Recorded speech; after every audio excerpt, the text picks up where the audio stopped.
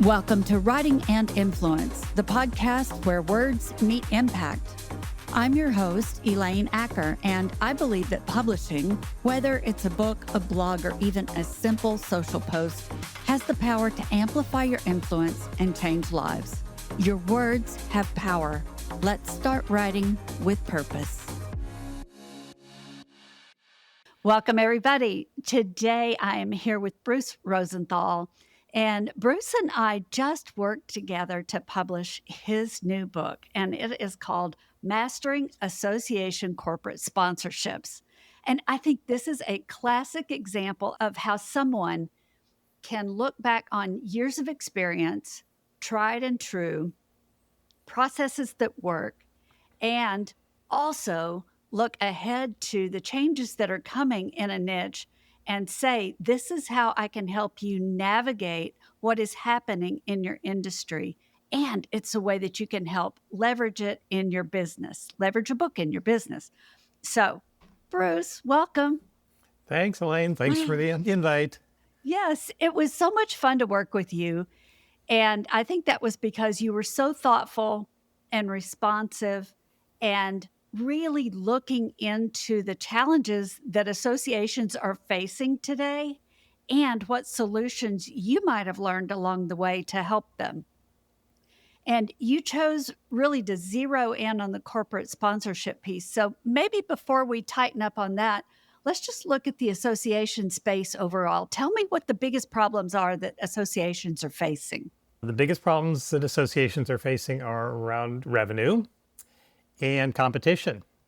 So associations need more revenue, and it's an incredibly expensive, competitive space out there, really for the attention not just of sponsors, but members, exhibitors, and advertisers. That all of those stakeholders have many choices now, and not just the somewhat more superficial Google searches or even social media, but there are a whole range of professionals and organizations and companies that are providing much more specialized information now.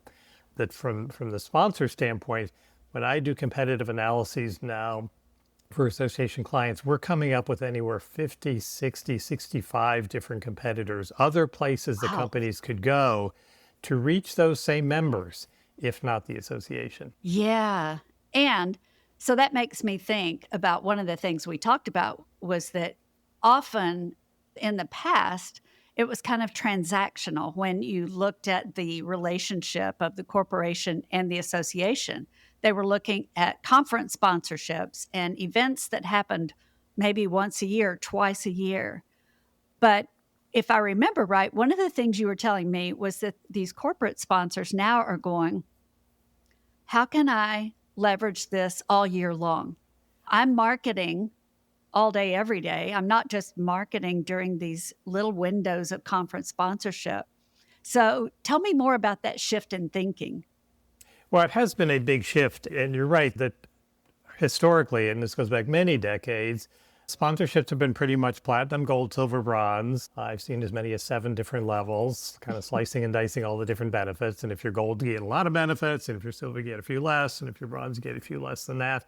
And they've been around the conference. And you're right, companies started telling me that, they market 365 days a year. So no matter how good that conference is, no matter how much attention they get at that conference, it's just a blip in time.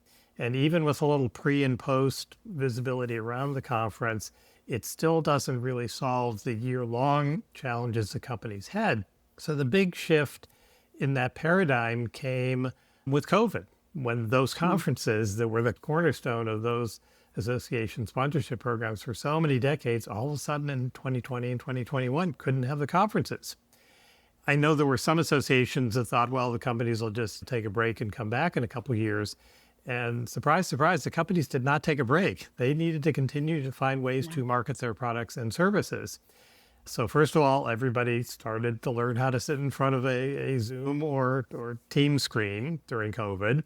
And social media became more and more prominent and also with a lot of credibility. So a lot of LinkedIn groups and ways that folks were going to social media for not just social activities, but in fact, there's a book that talks about social media as really being about business and folks using it for business purposes and going to LinkedIn as a resource. So what companies started doing is putting all that together and putting information out on LinkedIn or doing webinars and promoting them on LinkedIn. And we've all joined those webinars, and you check off that little box when you register that says, oh, you can put my name on your list. And I know when I first started looking at those at the beginning of COVID, I thought, well, I just won't check off that box. It's like, well, then you don't sign up for that webinar. So you check off the box and you figure, okay, I like the webinar. They must be good folks. And, I'll get on their list. And then the companies became very savvy and said, well, we're not just going to start sending out sales catalogs. We're going to put those folks on our list, and we're going to send them educational information. And we're going to do something that actually I learned from the education director at an association where I worked years ago. Educate to sell, don't sell to educate. So the companies realized by sending a couple white papers and links to other webinar recordings and a number of things on the company's website, and then there'd always be that little box in the corner that says, do you want a demo? Do you want more information? And I know we sometimes think that members don't want to be sold to, but in fact, members do need to buy products and services. And members found that very convenient. So the company would build its trust and credibility with white papers and webinars, and then say, would you like the demo? Would you like more information? Would you like to talk to a salesperson? And companies began to use that for lead generation. And that became the big shift with COVID. And then when associations started having the conferences again after the COVID lockdown and reached out to companies, some of the companies didn't come back, and some came back and said, but we don't really need the 20 by 20 booths. And we're not really going to send 12 of our reps to your conference. We can send 2. And because companies started to measure the ROI and what they were getting from the relationship. And I have a friend who used to work for a big corporation in the marketing department, and he said, think about it, post-COVID, if you were the chief financial officer for a corporation and the company had been spending possibly hundreds of thousands of dollars on the road and going to trade shows and shipping exhibit booths around and all that, and then COVID comes and you can't travel for 2 years, you can't send your sales force on the road, but you keep your sales up at that same level as it had been before. Or maybe it dipped a little and then it went back up. And there were a couple of strategic meetings you went to, but you didn't do all that traveling. And my colleague said, why would you send the sales force on the road and spend those hundreds of thousands of dollars? And does the sales force want to go on the road? 40 weeks of the year. Right. And one of the things I want to pull out from what you just said, you and I were talking not long ago about the changes in buyer behavior. And I think you just described it when you were saying, they really looked at that educate to sell piece instead of sell to educate. And we know that members of associations, just like all the rest of us that are shopping anywhere online, we want to dig in. We want to learn everything we can about this company, about the problem I have, about the solutions that are available to me before I say yes and get on a sales call. So that's one thing I think we have to acknowledge that has also changed in the marketplace and not lose sight of that, because in some of the solutions that you suggest in the book, and I'll just get you to talk about those, there are many other ways to collaborate in a meaningful way besides this transaction for a booth and a banner. Yep. And you're absolutely right. And I think the other buyer behavior that's changed, and this has gone on for many years, especially in the retail sector, people used to be very brand specific. So with clothing, they would either go to Nordstrom's or they would go to Target. And now you have folks that, I'm going to get my business clothes at Nordstrom's, but I'm going to get my leisure wear at Target. Or I'm just going to go online and buy from wherever I can get a good deal. So I think members of organizations, and as much as associations have incredible value in their brand, it is not the only place that members go anymore. And especially when we kind of combine this with the companies doing the educating and not just saying, here's our widget, but here's how our widget would improve efficiency in your factories. Or here's how our drug would help improve quality of care, and not just, here's how the drug is packaged and here's how you can buy it and here's how it's administered. But really talking about case studies and member examples and building that trust. And I think we all do that very much in our own personal buying habits. of, looking something like the landscaper company sends information on how to create the green lawn Mhm. and, the tricks and the trade, the work. And some of us will figure, well, I can do that myself. And other folks will figure, wow, that landscape company really provided me with a lot of good information. They must really know their stuff. I'm going to call them and pay them to take care of my lawn. So I think it's the same with companies that sell to members of associations. When they build that trust and demonstrate with case studies, with examples, with data, with their research and development expertise that they can solve problems, then Mhm. members are going to say, yeah, that's the place where I want to shop. Yeah, and one of the things I noticed when you wrote the book, you really put it all out there. I mean, you gave people a step-by-step approach where even if they're not able to work with you right now, which I hope they all will, but even if they're not, you didn't hold back. You gave them all of the benefit of your years of experience and your insights into how to make this corporate sponsorship thing work, both for the organization and its members, more important, and for the company that's involved. So, what inspired you to write the book in the first place? Well, I have always been a writer. And so over in recent years, or since I started getting involved in corporate sponsorship programs about 20 years ago when I was working with an association before I became a consultant, I've always done a lot of LinkedIn posts and I've done presentations, so I've done PowerPoints, I've done a lot of articles and written case studies. So actually, the idea of the book goes back about 2 years ago when I said, I can write a book. Fast forward 12 months from that point 2 years ago, and I had not written the book. I'd still written a lot of articles, and somehow magically all those articles did not materialize into a book. And I was sharing that story with our friend Catherine Brown, and she said, I know somebody you should talk to. So Catherine reached out to you, Elaine, and said, I know this guy Bruce. He has a book in his head and he can't quite get it out. So maybe the two of you could work together and get that book out. So the goal was really to share the information that I've always shared, which is very actionable tips and strategies and things you can do and processes, and to put that together into a book. And the idea is that some organizations will be able to take that book and run with it and implement it on their own, which is great. And there are Mhm. definitely some smaller organizations that may not be able to hire a consultant and want to do it on their own, and that is fine. And, it is all out there. So if somebody has another marketing consultant and somebody else or an association management company they work with, they could give them that book and say, here's Bruce's book, do this for our organization. But I also think there are some folks that'll say, wow, here are all the plans, here are all the recipes, but I don't want to go in the kitchen and get my hands dirty. So let me call in Bruce and let him implement all of this. And it reminds me of years ago when I was working at an association and I was trying to convince one of our year-long corporate partners to develop some case studies of some work that they had done with our members. And they said, yeah, we don't want to do case studies, Bruce, because then everybody will know what our secrets are and members just won't need us anymore. They'll just go off and do it on their own.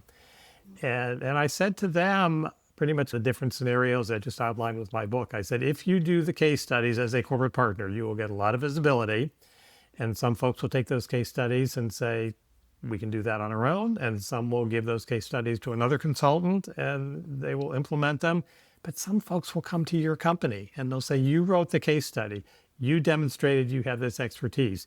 You did this project with a member that's very similar to my organization. Can you do this for me? And I think those are kind of the three buckets that the readers will fall into. Yeah, and I wanna work with somebody who's been there, done it, has a story to tell, and understands that my association's probably not exactly like any other one. So, there's a certain amount of nuance and experience that's involved, I would think, to really implement this and implement it well in a way that truly benefits everybody. But one of the things that I also love about you having a book, and this is what I love for anybody who wants to publish a book that supports their business, is that it unlocks so many opportunities that you never even saw coming. And you told me that even though we published this probably just a little over 30 days ago, not quite 60 days ago, you're seeing some things happen in your business. Tell me about that. Well, I think even from when we sent out the draft manuscript to some of my colleagues, and first of all, it was just that many of them wrote some very generous testimonials, which were personally gratifying, but I think it also kind of raised me on the visibility scale with those folks. Even though they knew me, they were like, wow, Bruce has now done a book. And I think folks, whether they have done a book or not done a book, they know it's hard work and that Hmm. it takes time. So I think it raised my credibility with those folks. And there was nobody that turned down the opportunity to read the draft and write a testimonial. And then since publishing it, I've already received a few invitations to speak at conferences. I spoke at a conference last week and we did a drawing at the end of the session for 3 copies of the book, and that got some visibility for the book. And I had sent a complimentary copy of the book to one of the people who had written a testimonial for me, and she's written 2 books over the last, I think, 8 years ago. And she said, well, Bruce, congratulations on the book, and I hope you were successful with your book, because I was with mine. She said that my book took me to places I never thought I would be. So whether to conferences or in rooms with prospective clients, it really kind of solidifies. It's like I have a book and you can hold it up and it's something more tangible than my hundreds of LinkedIn posts from the last 5 years.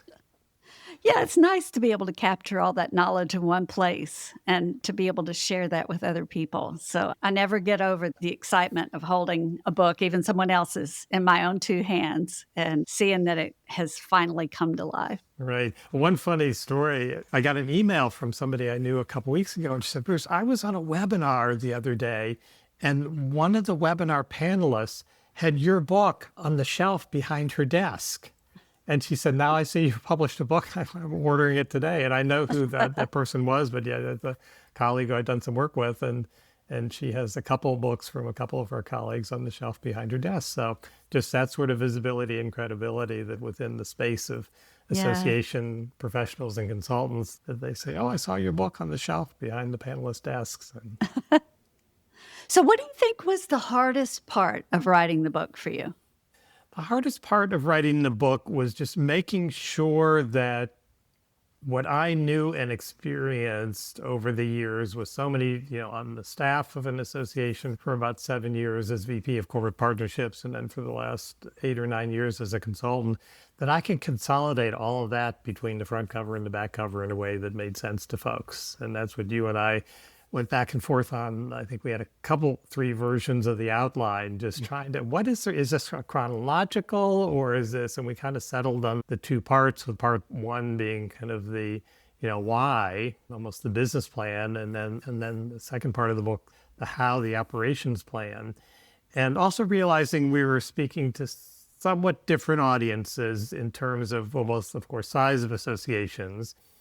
And what I always start with in the beginning of my webinars is remember that everything I say can be scaled. So, Yeah. I mean, unless it is a really teeny tiny organization, but usually any organization with a budget of $1 million, $1.5 million, upwards to whatever, the same practices apply. And that's not true for every type of profession. I know I used to work with an organization of local governments, and our members are very small local governments. And often folks would say, well, here's a strategy that worked in Chicago. I'm sure that would work in your city at 3,000 people. And it was like, no, it wouldn't. But most of the sponsorship strategies are very applicable to any size organization. So we were talking to different size organizations, as well as I think the role of boards is very important. And we talked about that a lot in the book. So that's why we really came up with the why and the how. And the why is really that business plan demonstrating to the board why we need to pursue this idea and not leave money on the table and have a good, competitive, successful corporate sponsorship program. And then the second part is more that operations plan of the association staff rolling up its sleeves and implementing the program. Talk to me either about one of the case studies that's in the book or another one that's come up since then. Show me how this works. Well, let me go back many years ago to when I was working at an association, and while I had kind of dabbled in sponsorships in a couple of different organizations, I had a different role at an association back in 2009, and the association had a major revamp of its sponsorship program undertaken, and the last recommendation of the consulting agency was a senior level staff person to run the program.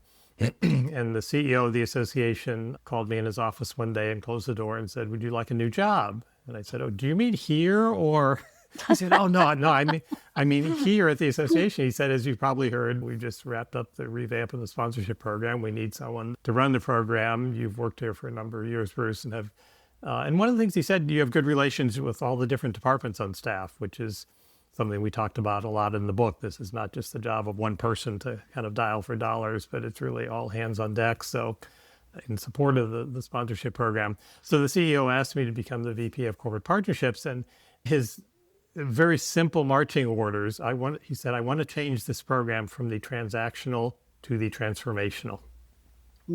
From kind of a lot of logos and banners and bigger booths and kind of the wave from the podium at the conference to really transforming that profession along with the corporate partners, because he recognized, and this was years before COVID, when it was not as competitive as it is now, that we are really all working together. And the other point that he made was that the association's members are the sponsors' customers. We are all talking to the same people. And especially now in this kind of wide open, everybody can access any information anytime, that he realized that members could go to the companies for good information as easily as they could come to the association. And there were some naysayers on staff, and I think even on the board, that said, oh no, we're the association. The members will always come to our association. And we're seeing less of that allegiance than we used to. So he recognized that we really needed to make changes. Now that was 2009, so it was a while ago. So he was very visionary in his thinking. Also keeping in mind that was 2009 was when the economy was still going in the wrong direction. So we had companies that were paying top dollar for a very good brand new corporate partner program. And there were several of those companies who we feared would get no new business from our members from the sponsorship in the next few years. So that kind of set me on this path to what are the real value propositions? Why do companies sponsor? And fortunately, we had one company that moved down a level and then moved back up a level as the economy got a little better. But we were able to keep them all in the fold and to continue to grow the program. But the big change that we really made was to, even though this was a much improved program, we really put the whole gold, silver, bronze prospectus to the side. And we would engage companies with a conversation.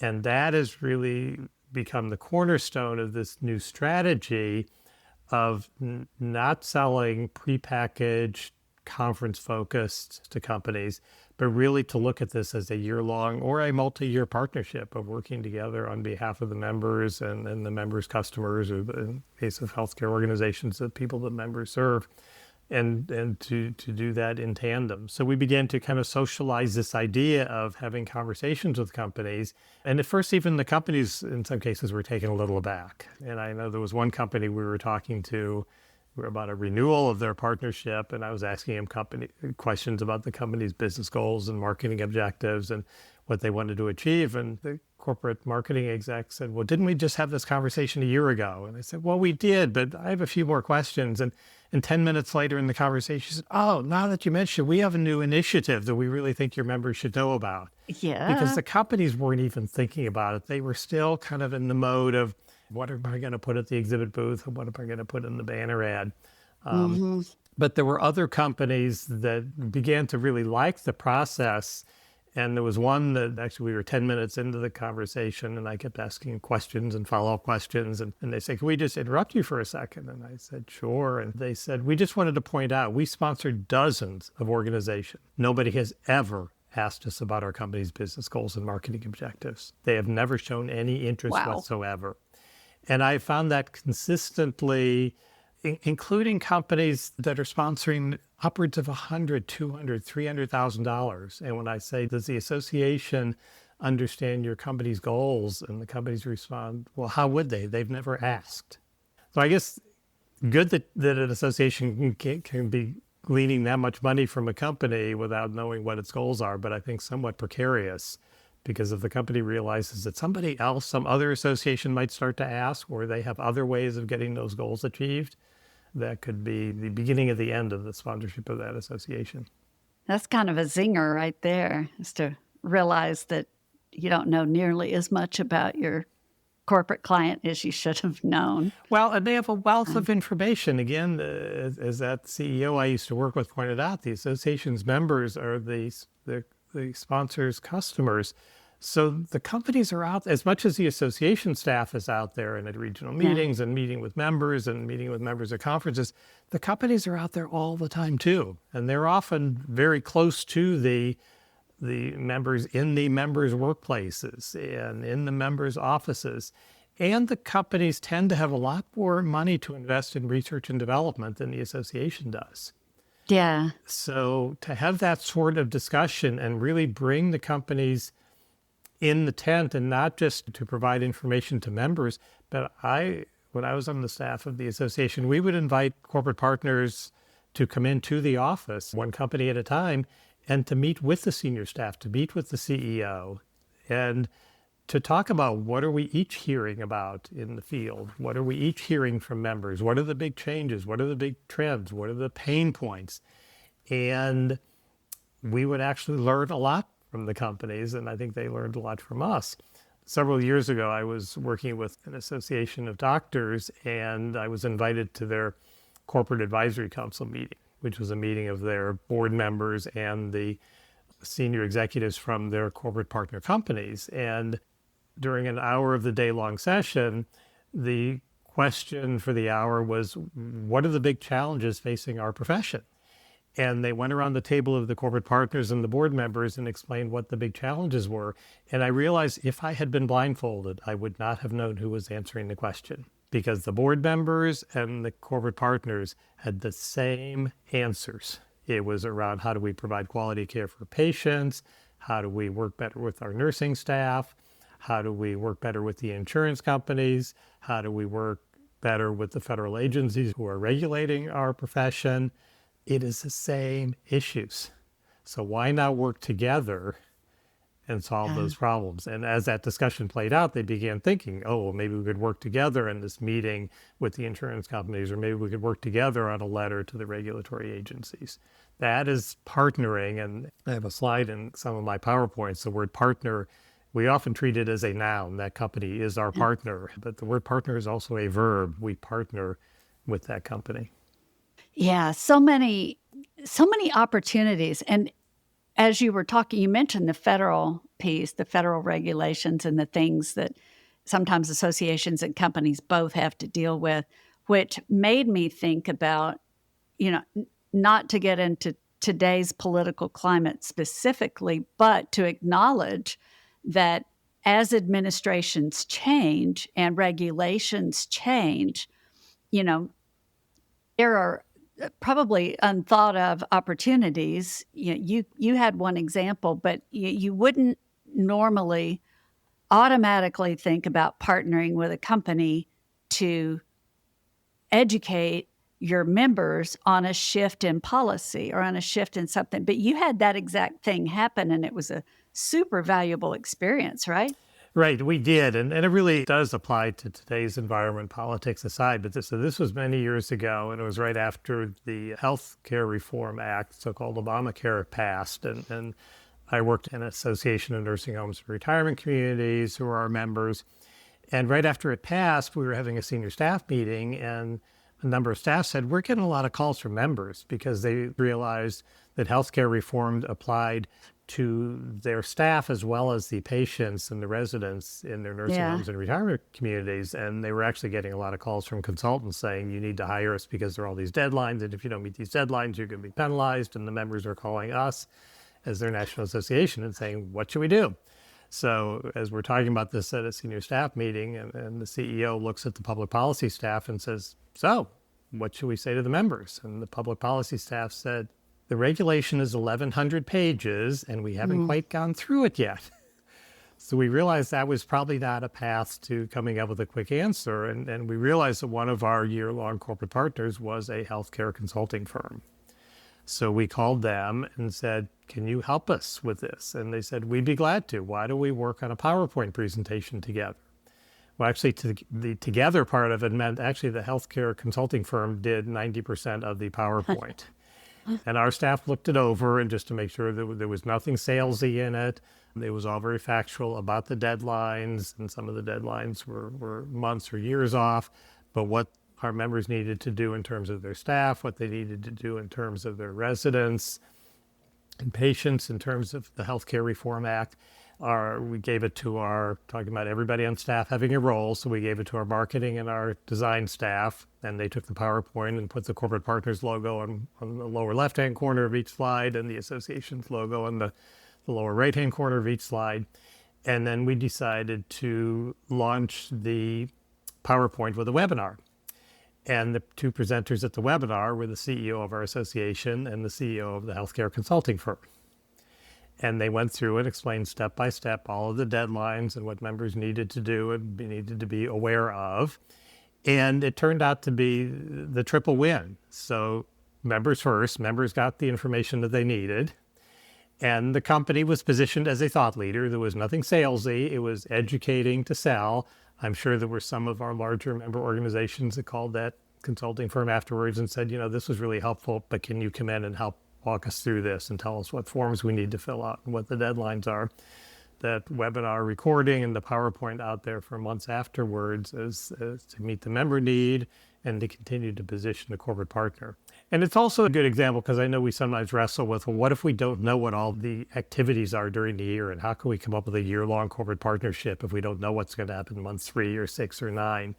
And this was an example where a need came up, and we called one of our dedicated corporate partners, and they said, oh, yeah, we hadn't planned on working on that. They also hadn't planned on getting all the visibility from it. But they said, sure, let's stop what we're doing, and we will help you with that. So that was a partnership, and it was a very pricey partnership. So the association benefited in terms of, as the subtitle of the book says, in terms of revenue and member value. That's such a powerful story about how the unexpected things can happen that can be such a powerful collaboration. Right. And I think the same is true now, politics aside, but there are new regulations, there are executive orders, and I think it's a great opportunity for associations, whether it's putting together a task force with their corporate partners or calling a corporate partner and say, how are you dealing with this executive order or this new regulation? Maybe we could talk together about how to do that, because the companies are wrestling with the same thing because they're working on the same issues with the same people. And the worst thing you can do is do nothing. I'm just going to put that out there. So you need to tackle it, get in there. Further, the worst thing aside, I think the other worst thing is for the association to work on that on their own and then to announce, oh, we have this new position paper. And for one of the companies to say, wow, we've been working on that too. I thought we were one of their partners and they never even called us. Bruce, what do you wish people knew? It can either be about the association space or your business or the book or the book writing process. What do you wish people knew? What I wish people knew about sponsorship programs is that it is not about selling out to companies. It is not about endorsing products. It really is about coming together and meeting the needs of members along with companies, that it is doable for associations of any size. So we've definitely worked with some large organizations that have had several people on their corporate partnership staff. Actually, at the end of some of our consultations, some of those staff get promotions because of the increased responsibilities and visibility of their corporate partner program. But we also had a project a couple of years ago with an organization that had 5 staff people. The executive director reached out to us.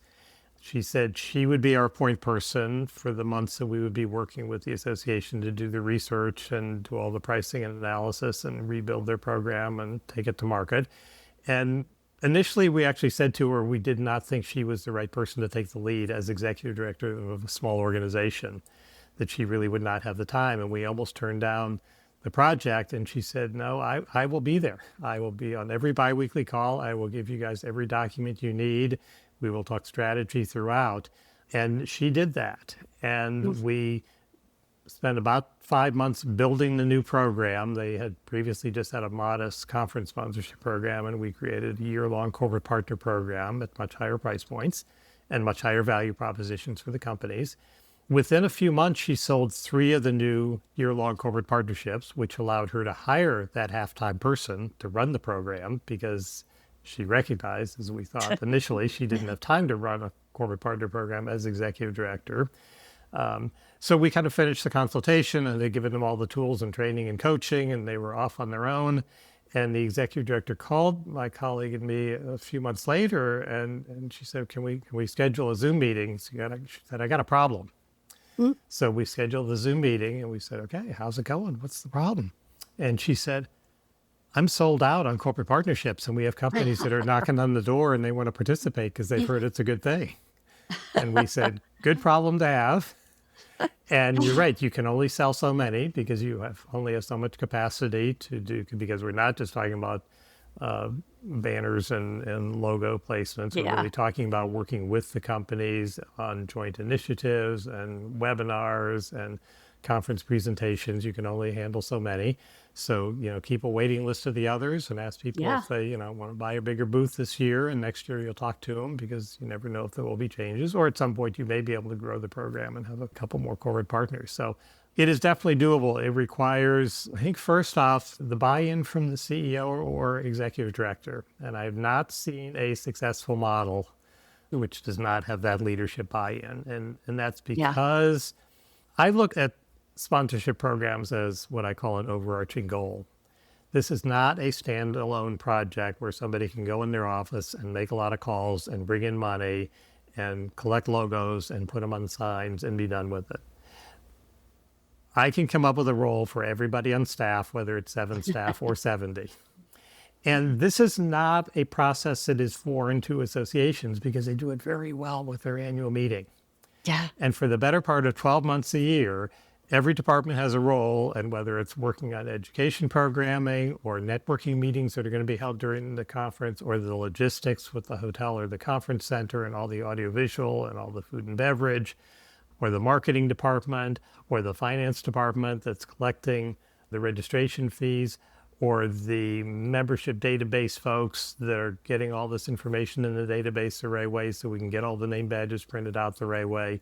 So there is a role for everybody on staff. And in the associations where I've worked, when it has been up as many as 70 staff, about 68 of those staff are on site at the conference.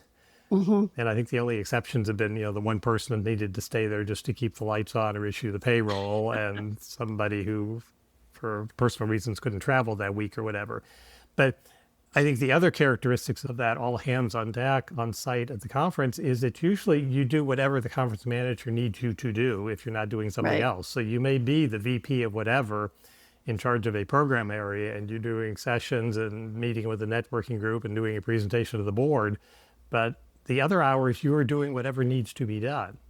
So when we're talking about working with corporate partners, where there could be a marketing component to their benefits, or there could be a membership database component to them reaching out to a segment of members, or an education role, or meetings with the CEO, there are opportunities, be a passive way to put it, but I think almost mandatory, that every staff department be committed as part of their job, as in the same way they do for the annual conference, and often have a responsibility for contributing content to the website, to be part of the partnership program. Having had a bit of an association background myself and worked with associations, I can attest that that is absolutely true, that it is an all hands on deck situation at conference. And that's a perfect analogy for what happens whenever it's time to do a successful corporate sponsorship program. So, Bruce, I thank you for all of your insights today, and I will make sure that people know how to find your book. We're going to put the link in the show notes, and we will also put your LinkedIn link in the show notes. So thanks so much. This is a perfect example of somebody deciding to share what they know, and it can literally transform a whole organization. Thanks, Elaine.